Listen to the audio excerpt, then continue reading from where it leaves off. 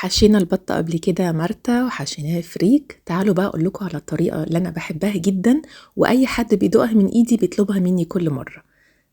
أنا بحط في طاسة سمنة بلدي وعليهم بصل متقطع صغير وشعرية، وبحمص الشعرية بحط عليها ملح فلفل كمون، والزبيب طبعا ده اختياري بس بيدي طعم حلو قوي.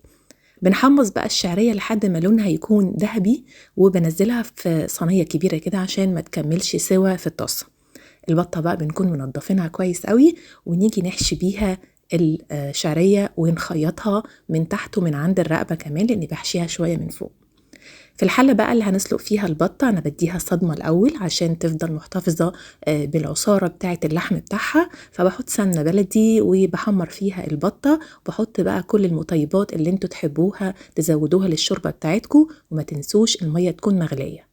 هنسيب بقى البطة على جنب تستوي. النهاردة حبيت بقى أعمل شوية رز كده بطريقة بسيطة جنب البطة، فحطيت سمنة بلدي شوية زيت وحمرت فيهم الكبد والقوانص وبصلة تكون مبشورة، التوابل ملح فلفل جوز الطيب ورشة بسيطة من القرفة. حطيت كده كبشتين من شوربة البطة وهسيب دول يستووا شوية لأن القناصة بتاعت البطة بتحتاج سوا.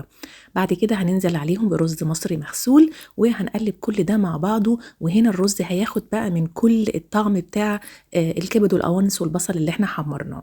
انا نقلته بس في حله اكبر عشان يستوي كويس وهنسيبه على جنب. هنا بقى كنت بعمل شويه كشك لان انا بالنسبه لي شوربه البط يعني كشك على طول. طريقه الكشك اللي انا بعمله لما بيكون عندي مش متوفر الكشك الصعيدي، انا بستخدم الفريك لان الفريك هو برضو قمح بس لسه اخضر اتقطف وهو اخضر، فممكن تستخدموا الفريك لو عايزين اقرب طعم للكشك الصعيدي. هسيب لكم طريقته في الكومنتات. البطه بقى كانت استوت خلاص. انا بحب احط عليها ملح وفلفل وسمنه بلدي بس، ولو موجود عندكم برتقال ممكن كمان تحط له شويه عصير برتقال من بره وتدخلوها الفرن. هنا بقى كنت بطش الكشك، وطبعا الكشك ده يا جماعه اللي هيدوقوا بجد هيدمنوا. هسيب لكم الطريقه لان هو لازم يتجرب، خطير. هنا بقى كنت بصبه في الاطباق، ونفس طريقه على فكره الكشك الصعيدي بالظبط، بس بدل الكشك الصعيدي نفسه بنحط الفريك. كمان بقى مع البط انا بحب قوي اعمل ملوخيه الناشفه. الملوخيه الناشفه كمان جايلي من الصعيد، فاحلى ملوخيه ممكن تجربوها هي الملوخيه اللي معموله في بيت كده مصري صعيدي اصيل. انا هنا كنت بطش ملوخيه وسبحان الله بصوا جمالها ولونها الاخضر اكنها خضره بالظبط مش ناشفه. دي احلى حاجه انا بحب جدا اكلها مع البط، هي الكشك والملوخيه الناشفه. ده شكل بقى الرز بعد ما كان مفلفل كده وجميل، حطيت عليه البطايه. جربوه بالهنا والشفا.